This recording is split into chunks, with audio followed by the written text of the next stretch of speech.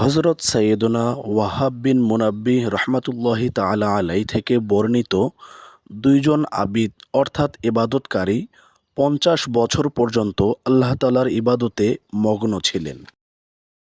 ৫০তম বছরের শেষের দিকে তাদের মধ্যে একজন আবিদ মারাত্মক রোগে আক্রান্ত হলেন।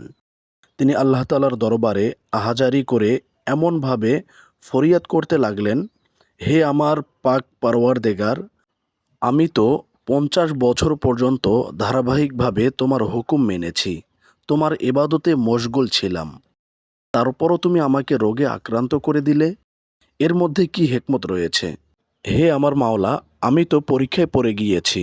আল্লাহ তাআলা ফেরেশতাকে আদেশ দিলেন, তাকে বলে দাও, তুমি আমারই প্রদত্ত দয়া ও সাহায্যের মাধ্যমে ইবাদত করার সৌভাগ্য অর্জন করেছ।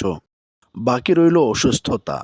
আমি তোমাকে আবরারের বুজুর্গদের উচ্চ স্থান মর্যাদায় পৌঁছানোর জন্য অসুস্থ করেছি।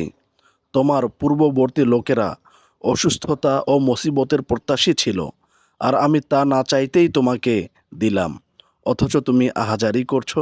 প্রিয় ইসলামী ভাইরা, অসুস্থতা হলো আল্লাহ তাআলার অনেক বড় একটি নিয়ামত।